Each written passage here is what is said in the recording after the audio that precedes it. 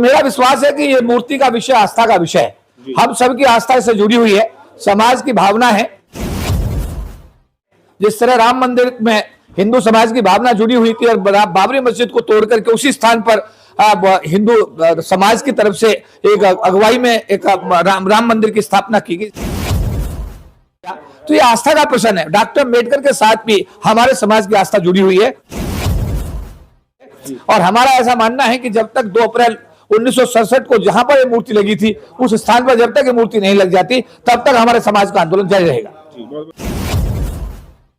बाबा साहब doctor B.R. Ambedkar ji की मूर्ति हटा दी गई और मूर्ति हटाने का क्या कारण था ये अभी तक नहीं पता चला है और पूरा बहुजन समाज जो है वो उस मूर्ति को लगवाने के लिए पूरा तत्पर हो चुका है। जी हाँ, मैं आपको बता दूं कि 6 दिसंबर को एक बहुत बड़ा आंदोलन होने वाला है जो कि बाबा साहब की महापरिनिर्वाण दिवस पर संसद भवन में होने जा रहा है। मेरे साथ है KP चौधरी जी, पूरे आंदोलन को देख रहे हैं। सर, इस आंदोलन में कितने लोग आने वाले हैं और ये आंदोलन कहाँ होने वाला है?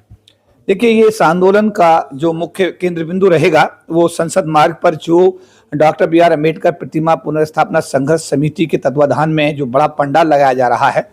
जिसमें हमने हजारों लोगों को बैठने की व्यवस्था की है, उनके भोजन की व्यवस्था की है समाज की तरफ से। तो ये संसद मार्ग नई दिल्ली पर होगा और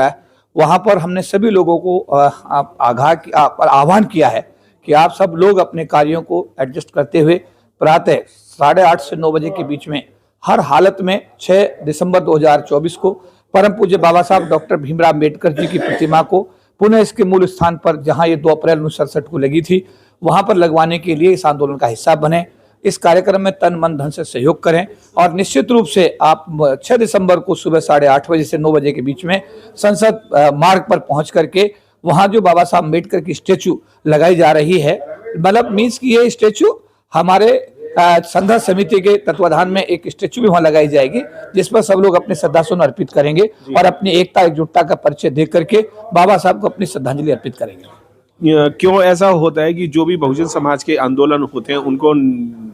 गवर्नमेंट जो है उन पे ज्यादा ध्यान नहीं देती? ऐसा हमारी एकता एकजुटता जब भी इतिहास में, क्योंकि मेरा सौभाग्य है कि मैं अनुसूचित जाति जनजाति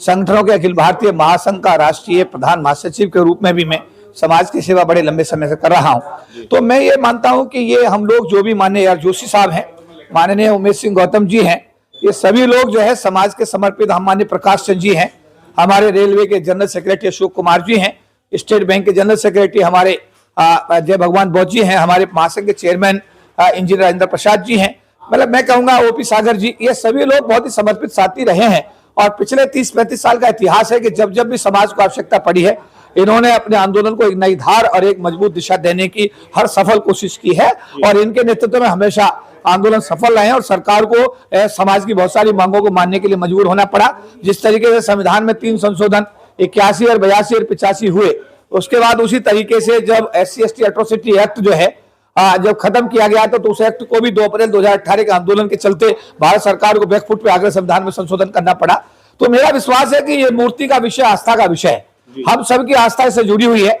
समाज की भावना है। जिस तरह राम मंदिर में हिंदू समाज की भावना जुड़ी हुई थी और बाबरी मस्जिद को तोड़ करके उसी स्थान पर हिंदू समाज की तरफ से एक अगुवाई में एक राम मंदिर की स्थापना की गई, इसका उद्घाटन माननीय प्रधानमंत्री जी ने किया। तो ये आस्था का प्रश्न है। डॉक्टर अम्बेडकर के साथ भी हमारे समाज की आस्था जुड़ी हुई है और हमारा ऐसा मानना है कि जब तक 2 अप्रैल 1967 को जहां पर ये मूर्ति लगी थी उस स्थान पर जब तक ये मूर्ति नहीं लग जाती तब तक हमारे समाज का आंदोलन जारी रहेगा।